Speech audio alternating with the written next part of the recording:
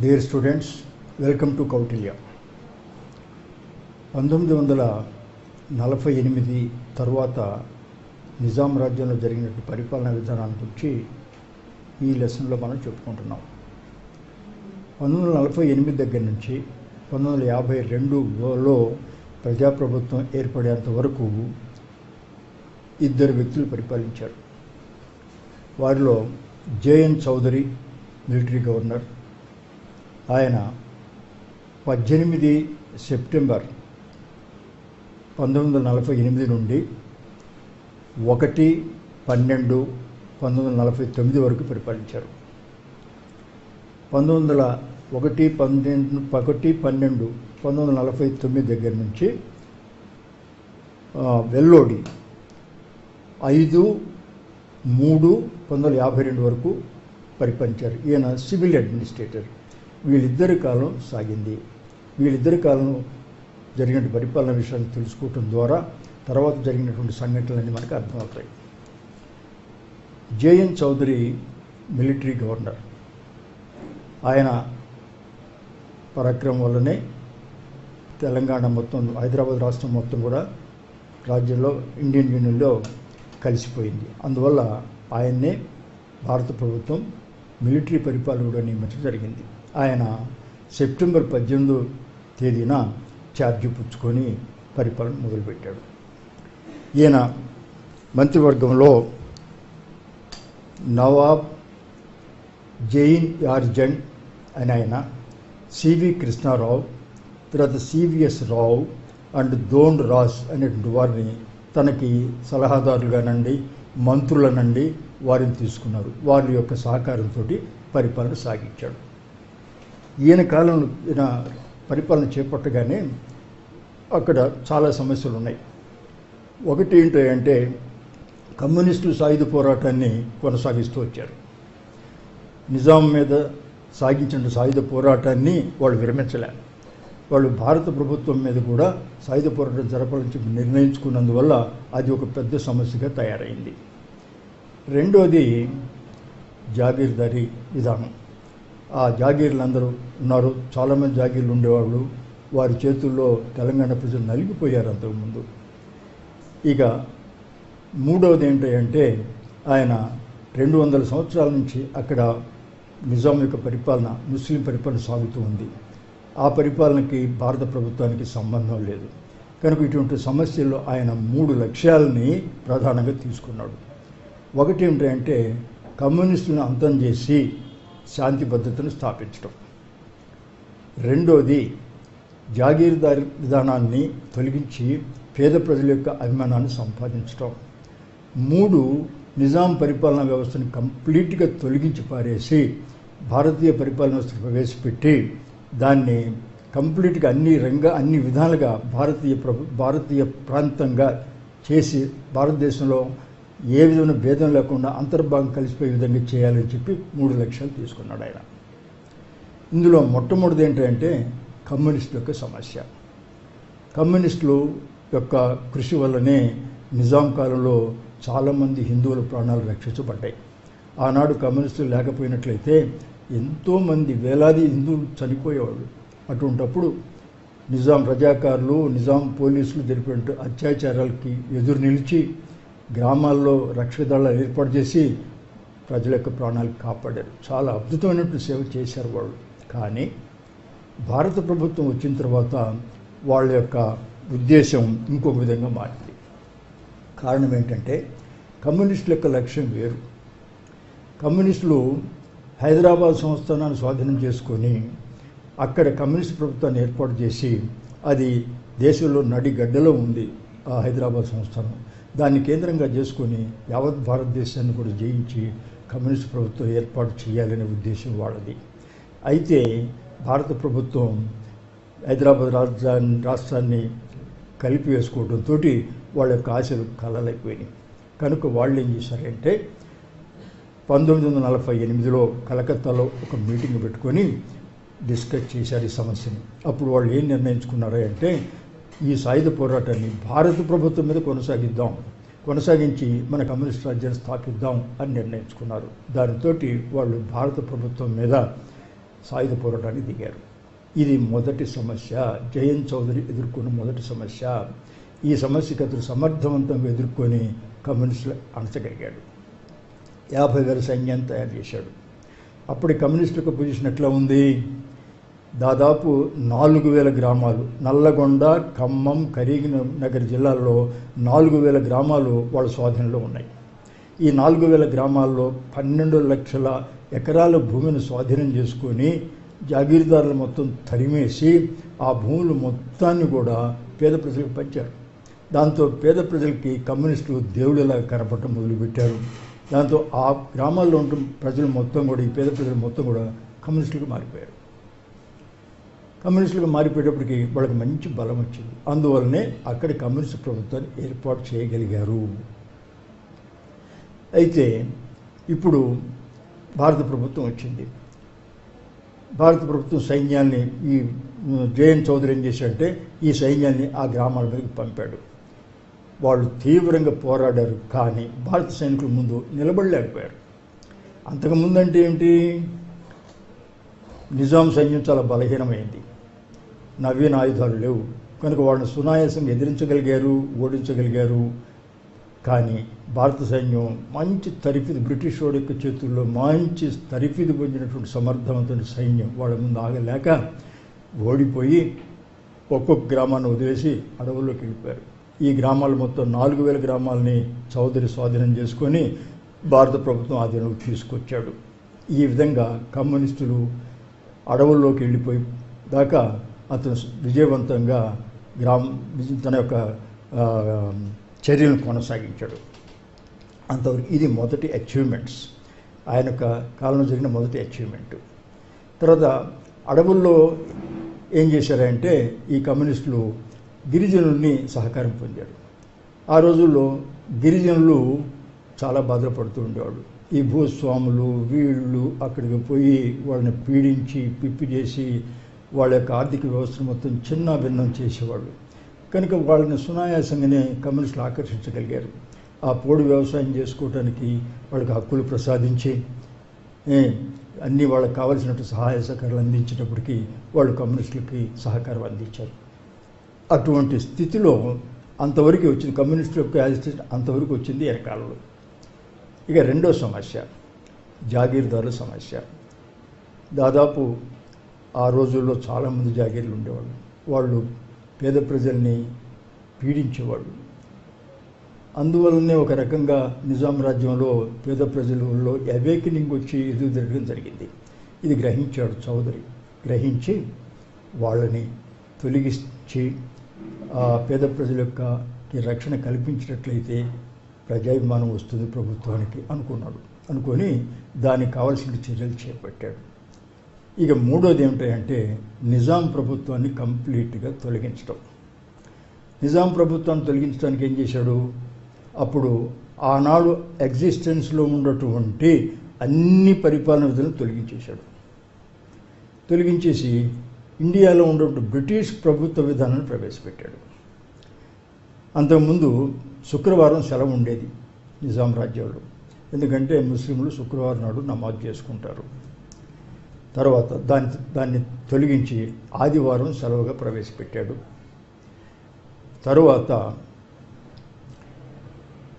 ఉర్దూ రాజభాషగా ఉండేది, పరిపాలనా భాషగా ఉండేది, దాన్ని తొలగించాడు. తొలగించి ఇంగ్లీష్ పరిపాలనా విధానం ప్రవేశపెట్టాడు.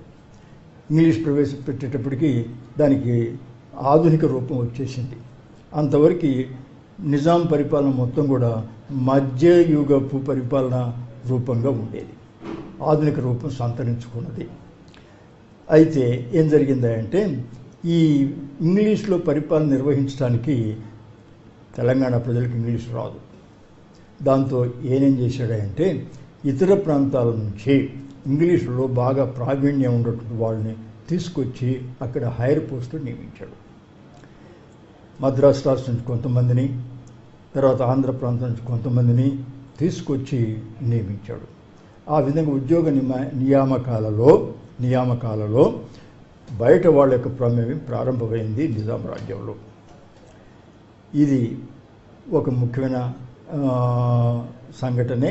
దీనివల్లనే ఆ తర్వాత కొన్ని చిక్కులు రావడం జరిగింది. తర్వాత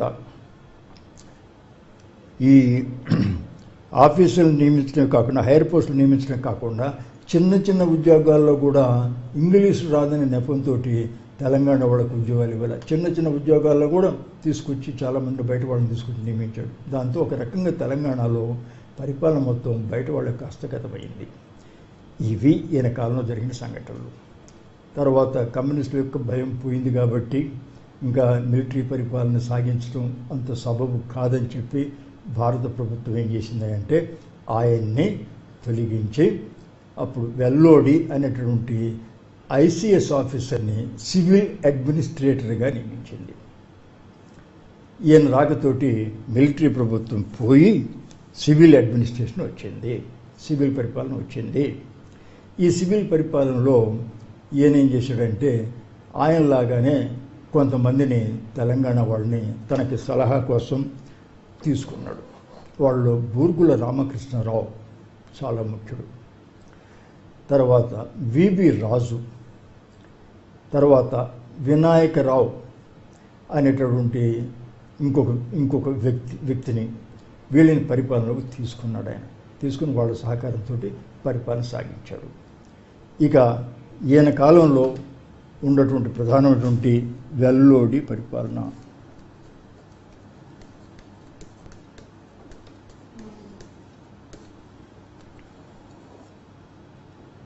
క్రీశ 1949 డిసెంబర్ 1వ తేదీన మొదలైంది ఈయన పరిపాలన. ఈయన కాలంలో ప్రధానంగా జరిగిన సంఘటనలు ఏమిటాయంటే కమ్యూనిస్టు ఉద్యమం కొనసాగింది. కమ్యూనిస్టులకు ఉద్యమం కొనసాగింది కనుక వాళ్ళ మీద దాడులు చేసి ఈయన వాళ్ళని అదుపులోకి తీసుకురాగలిగాడు. ఈ కమ్యూనిస్టులు అడవుల్లో ఉండి వాళ్ళ యొక్క సహకారంతో, గిరిజనుల యొక్క సహకారంతో 1951 అక్టోబర్ వరకు పోరాడారు. ఈ లోపల చాలామంది కాకలు తీరినట్టు కమ్యూనిస్టు నాయకులు, కమ్యూనిస్టు యొక్క అనుయాయులు చనిపోయారు. మంచి క్యాడర్ని పోగొట్టుకుంది కమ్యూనిస్ట్ పార్టీ. కనుక అప్పుడు కమ్యూనిస్టులు రియలైజ్ అయ్యారు, నిజాం సైన్యం మీద ఉంటే సునాయాసంగా జయించాము, కానీ భారత సైన్యం మీద పోరాటానికి తమ వాళ్ళకి కాదని చెప్పి గ్రహించి అదే రకంగా కేంద్ర కమ్యూనిస్టు పార్టీ కూడా వ్యతిరేకత, భారత ప్రభుత్వానికి వ్యతిరేకత మంచిది కాదని చెప్పి సలహా ఇచ్చింది. కనుక వీళ్ళు ఏం చేశారంటే తమ యొక్క ఒపీనియన్ మార్చుకొని లొంగిపోదాం ప్రభుత్వానికి అని చెప్పి అప్పుడు కమ్యూనిస్టు పార్టీకి నాయకుడు రావి నారాయణ రెడ్డి, బద్దం ఎల్లారెడ్డి ఇటువంటి వాళ్ళందరూ కలిసి ఒక నిర్ణయానికి వచ్చారు. తర్వాత చండ్ర రాజేశ్వరరావు వీళ్ళందరూ నాయకులు, ఆ రోజుల్లో పుచ్చలపల్లి సుందరయ్య వీళ్ళందరూ కమ్యూనిస్ట్ నాయకులు. సరే వాళ్ళందరూ ఒక నిర్ణయానికి వచ్చి దీన్ని ఆఫ్ చేద్దామని చెప్పి నిర్ణయించి అక్టోబర్ 21, 1951 సంవత్సరంలో మేము సాయుధ పోరాటాన్ని విరమిస్తున్నాం అని ప్రకటించారు. 1951 అక్టోబర్ 21వ తేదీన కమ్యూనిస్టులు సాయుధ పోరాటాన్ని విరమించుకున్నారు. ఆ తర్వాత బయటకు వచ్చారు. అయితే వెల్లోడి వాళ్ళని ఇబ్బందులు పాలు చేయలే, వాళ్ళ మీద ఆంక్షలు మొత్తం తొలగిస్తే మొత్తం అడవుల్లో ఉన్నటువంటి చనిపోగా మిగిలినటువంటి కమ్యూనిస్ట్ నాయకులు మొత్తం అడవుల నుంచి బయటకు వచ్చేసి జీవన స్రవంతులు కలిశారు. ఇది మొదటి సంఘటన ఈయన కాలంలో జరిగినటువంటి విశేషం. తరువాత జనరల్ చౌదరి మొదలుపెట్టినటువంటి జాగీర్ సిస్టాన్ని, ఈ కమ్యూనిస్టులకు లొంగుబాటు మొదటి అచీవ్మెంటు, కమ్యూనిస్టుల లొంగుబాటు మొదటి సంఘటన ఈయన కాలంలో జరిగిన సంఘటన. ఇక రెండవ సంఘటన ఏమిటి ఈయన కాలంలో జరిగిందంటే జాగీర్దారీ విధానాన్ని రద్దు చేశాడు. జాగీర్దారీ విధాన రద్దు, ఇది జనరల్ చౌదరి మొదలుపెట్టారు. ఆయన కాలం పూర్తి కాలే కనుక ఏం చేశాడంటే జీవో ఇష్యూ చేసి దాన్ని కంప్లీట్గా రద్దు చేశాడు. ఆనాటికి ఎంతమంది జాగీర్లు ఉన్నారు తెలంగాణలో? దాదాపు 25,000 మంది జాగీర్దారులు ఉన్నారు. వాళ్ళ యొక్క ఆధీనంలో 600 పైచిలుకు గ్రామాలు వాళ్ళ ఆధీనంలో ఉన్నాయి. ఉండి ఆ భూములన్నిటికీ వాళ్ళు ప్రభువులు. కనుక ఆ భూముల్లో పనిచేసే పేద రైతులు మొత్తం నానా బాధలు పడుతూ ఉండేవాడు. ఈ జీవోతోటి జాగీరు విధానం రద్దయిపోయి ఆయా గ్రామాల్లో ఉన్న ప్రజలు విముక్తి చెందారు. విముక్తి చెంది ఎవరు సాగు చేసే భూములకి వాళ్లే అధిపతులైపోయేటికి పేద ప్రజానికి మొత్తం చాలా సంతోషించి వాళ్ళు భారత ప్రభుత్వానికి పూర్తి మద్దతు ఇచ్చేశారు. అంతవరకు వాళ్ళు కమ్యూనిస్టులుగా కూడా ఉండేవాడు, కమ్యూనిస్టుల యొక్క సింపథైజర్గా ఉండేవాడు. ఆ భావాన్ని కూడా మార్చుకొని వాళ్ళు ప్రభుత్వాన్ని సమర్థిస్తూ ఒక మంచి పరిణామం జరిగింది. దాంతో ఆ సమస్య కూడా పోయింది. కమ్యూనిస్టులు బలహీనపడటానికి కూడా ఒక కారణం అదే. ఆ జాగీర్దారీ విధానం రద్దు చేయటమే ఇంకొక కారణం. తర్వాత వెనకాలం ఇంకొకటి ఏం చేశాడంటే కౌలుదారీ చట్టం కూడా చేశాడు. కౌలుదారులు చాలా ఇబ్బందులు పడుతూ ఉండేవాళ్ళు తెలంగాణలో. ముఖ్యంగా కౌలు చేసేటట్లయితే ఆంధ్ర ప్రాంతంలో కౌలు నిర్ణయం ఒక రకంగా, తెలంగాణలో కౌలు నిర్ణయం ఇంకొక రకంగా ఉండేది. ఆంధ్ర ప్రాంతంలో ఒక యజమాని తన భూమిని కౌలుకి ఇస్తే ఏం చేసేవాడంటే తనకి ఒక 10 బస్తాలు 15 బస్తాలు ఇవ్వు, భూమిని చేసుకొని మిగిలినటువంటి ఫలసాయన మొత్తాన్ని అనుభవించు అని చెప్పి అటువంటి పద్ధతి అక్కడ ఉండేది. కానీ ఇక్కడ అట్లా కాదు. యజమాని ఏం చేశాడంటే 10 బస్తాలు నీకు ఇస్తా, నా భూమి సాగు చేయి అంటాడు. సపోజ్ 40 బస్తాలు పండి అనుకోండి, అంటే 10 బస్తాలు చేసిన వాడికి 30 బస్తాలు యజమానికి పోతాయి ఇక్కడ. కానీ అక్కడ అదే పరిస్థితి అయితే 40 బస్తాలు పండితే 30 బస్తాలు కౌలు చేసేవాడికి పోతాయి, 10 బస్తాలు యజమానికి పోతాయి. అక్కడ అటువంటి తేడా ఉంది ఇక్కడ. కనుక కౌలు చేసేటువంటి వ్యక్తులు వాడు చేసేటువంటి కష్టానికి తగిన ఫలితం రాక అనేక బాధలు పడుతూ ఉండేవాళ్ళు. అంతేకాదు ఆ కుటుంబం జరక్క అప్పులు పాలయ్యేవాళ్ళు. అప్పులు పాలై ఆ రోజుల్లో ఆ అప్పు తీసుకుంటే వడ్డీ సిస్టమ్ ఎట్లా ఉండేది అంటే అక్కడ 100% 100% వడ్డీ కట్టాలి. ధాన్యమే ఎక్కువ అప్పు బదులు తీసుకుంటూ ఉండేవాడు. ఒక ధాన్యం బస్తా బదులు తీసుకుంటే సంవత్సరం అయ్యేటప్పటికి బస్తాకి బస్తా చెల్లించాలి. ఒక 10 రూపాయలు అప్పు చేస్తే 10 రూపాయలకి 10 రూపాయలు చెల్లించాలి. ఈ విధంగా 100% తోటి వడ్డీ ఉండి వాళ్ళ యొక్క ప్రాణాలు తీస్తూ ఉండేది. దీన్ని నాగు వడ్డీ అనేవాళ్ళు. నాగు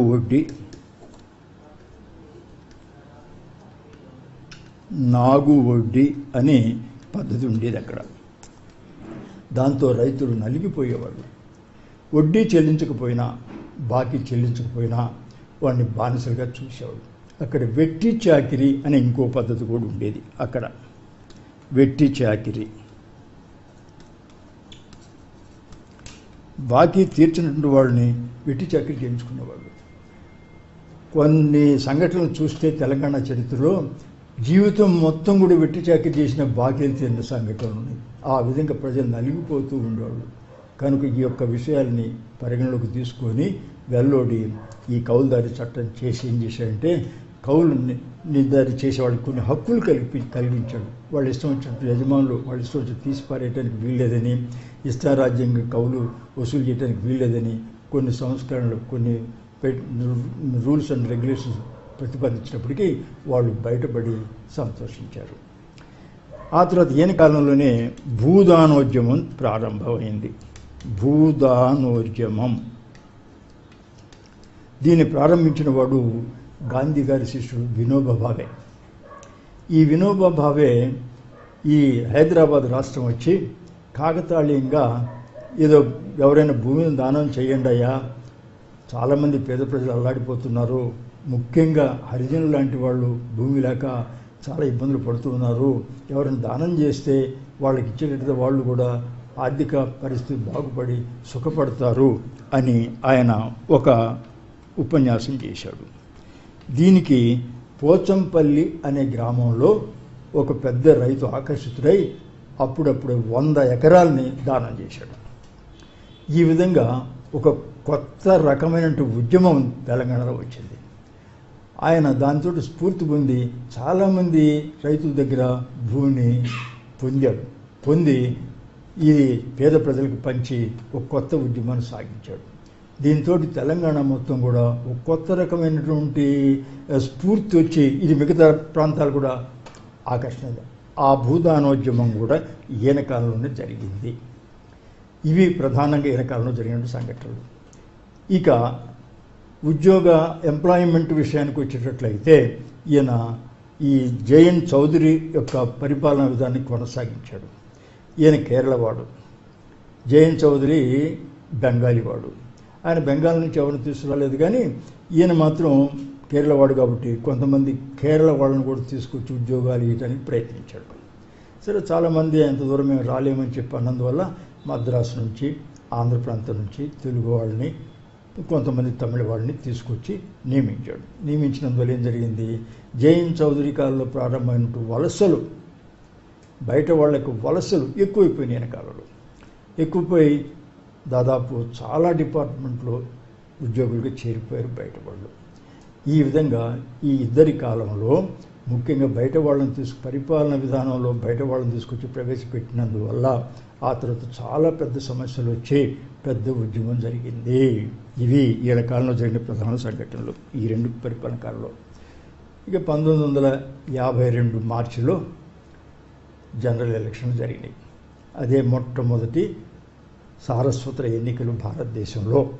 అప్పటికి రాజ్యాంగం అమల్లోకి వచ్చింది. ఎన్నికలు జరుపుకుందామని చెప్పి ఎన్నికలు జరిపారు. దాంతో ఏం జరిగిందంటే అక్కడ ఎన్నికల్లో కాంగ్రెస్ పార్టీ మెజార్టీ సాధించింది.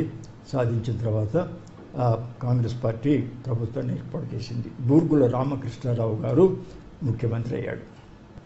ఆయన ముఖ్యమంత్రి ఎప్పుడయ్యాడు, 6 మార్చ్ 1952లో ఆయన పదవి స్వీకారం చేశాడు. పదవి స్వీకారం చేయగానే దాంతో ఈ ప్రభుత్వాలన్నీ పోయి ప్రజాప్రభుత్వంతో కూడిన పరిపాలన వ్యవస్థ అమల్లోకి వచ్చింది. బూర్గుల రామకృష్ణ గారి పరిపాలనలో చాలా విశేషాలు జరిగినాయి. అవి నెక్స్ట్ లెసన్లో చెప్పుకుందాం. Thank you.